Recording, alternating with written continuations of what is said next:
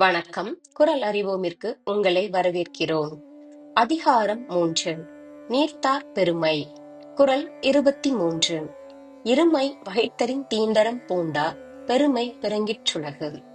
விளக்கம்: நன்மை எது தீமை எது என்பதை ஆய்ந்தறிந்து நன்மைகளை மேற்கொள்பவர்களே உலகில் பெருமைக்குரியவர்களாவார்கள்.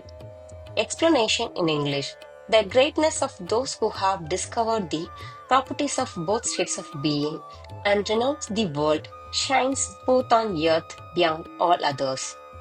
இந்த குறளுக்கான ஒரு குட்டி கதையும் உங்களுக்கு சொல்ல போறேன். ஒரு ஊர்ல கபிலன், குமரன் அப்படின்னு 2 நண்பர்கள் இருந்தாங்க.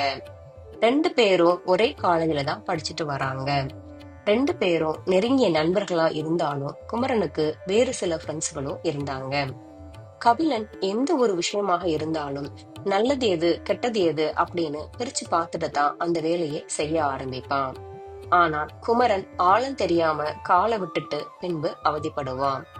கபிலன் உண்மையான ஃப்ரெண்ட்ஸ் யாரு அப்படின்னு கண்டுபிடிச்சிட்டு தான் பழகுவான். ஆனா குமரன் எதையுமே யோசிச்சு முடிவெடுக்காம கெட்ட நண்பர்களோட சகவாசம் வச்சுக்கிட்டு படிக்காம சினிமா போறதுன்னு அவனோட நாட்களை கழிச்சுக்கிட்டு இருந்தான்.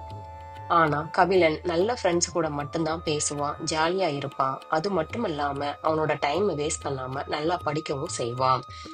தேர்வு நாட்களும் நெருங்க ஆரம்பிச்சது. 2 பேரும் தேர்வுக்கு தயாராக ஆரம்பிச்சாங்க.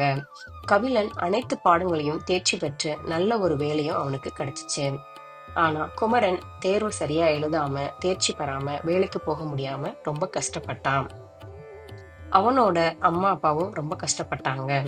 ஆனா கபிலன் நல்லது எது தீமை எது அப்படின்னு சொல்லி அதை ஆராய்ந்து அறிந்து நல்ல வழிகளை பின்பற்றதுனால அவன் நல்ல மதிப்பெண் எடுத்து அவங்க அம்மா அப்பாவுக்கு நல்ல ஒரு பெருமையை சேர்த்தான். ஆமாங்க, நன்மை எது தீமை எதுன்னு ஆராய்ந்து நம்ம நன்மையை மட்டும் மேற்கொள்வர்கள் தான் பெருமைக்குரியவர்களா ஆவாங்க. இந்த கருத்தை தான் நம்ம வள்ளுவரும் இந்த குறள்ல நமக்கு எடுத்துரைக்கிறார்.